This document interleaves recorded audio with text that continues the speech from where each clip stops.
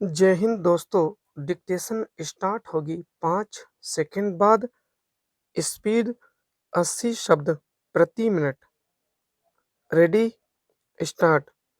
छत्तीसगढ़ के बीजापुर में नक्सलियों की ओर से घात लगाकर किए गए हमले में डिस्ट्रिक्ट रिजर्व गार्ड यानी डीआरजी के ड्राइवर समेत नौजवानों का बलिदान यही बता रहा है कि नक्सली गुटों के दुस्साहस का वैसा दमन नहीं हो सका है जैसा अपेक्षित है, चूंकि वे एक तरह से शासन व्यवस्था को सीधे चुनौती दे रहे हैं।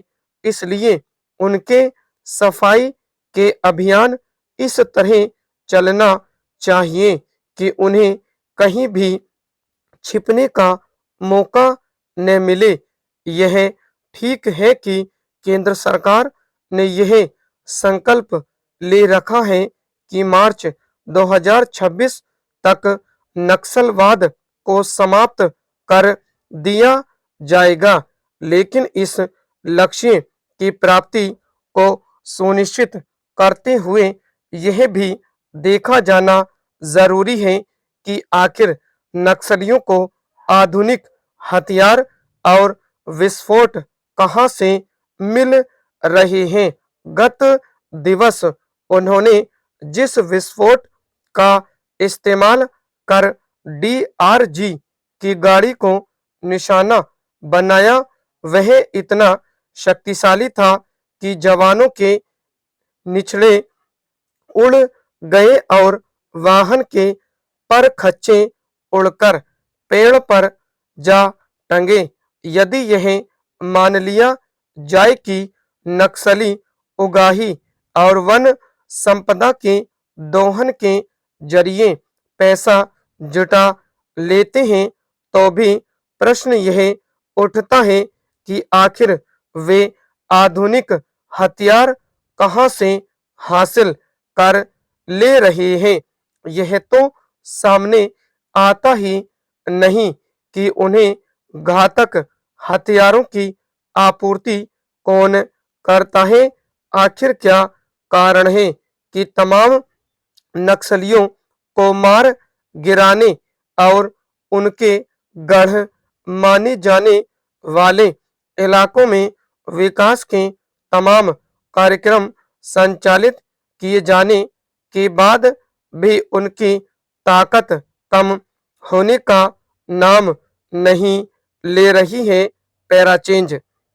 नक्सली अपने खिलाफ जारी अभियान के बीच जिस तरह रह रहकर सुरक्षा बलों को निशाना बनाने और उन्हें क्षति पहुंचाने में समर्थ हो जाते हैं, वह चिंता का कारण है।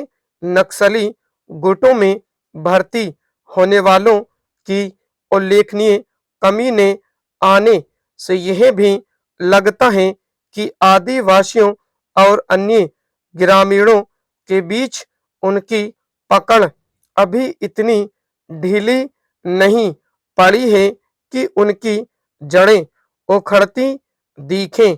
ऐसे में उनके खिलाफ सुरक्षा बलों के अभियान को और धार देने के साथ ही उन कारणों का पता लगाकर उनका निवारण करना भी जरूरी है, जिनके चलते वे लोगों का समर्थन हासिल करने में समर्थ है।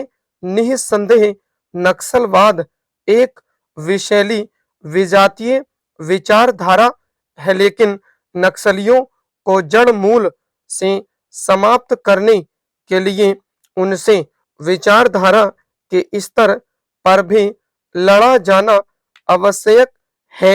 इससे ही नक्सलियों और उन्हें वैचारिक खुराक देने वालों के इस झूठ का पर्दाफाश किया जा सकता है कि वे वंचितों के उन अधिकारों की लड़ाई लड़ रहे हैं जो उनसे छीने जा रहे हैं।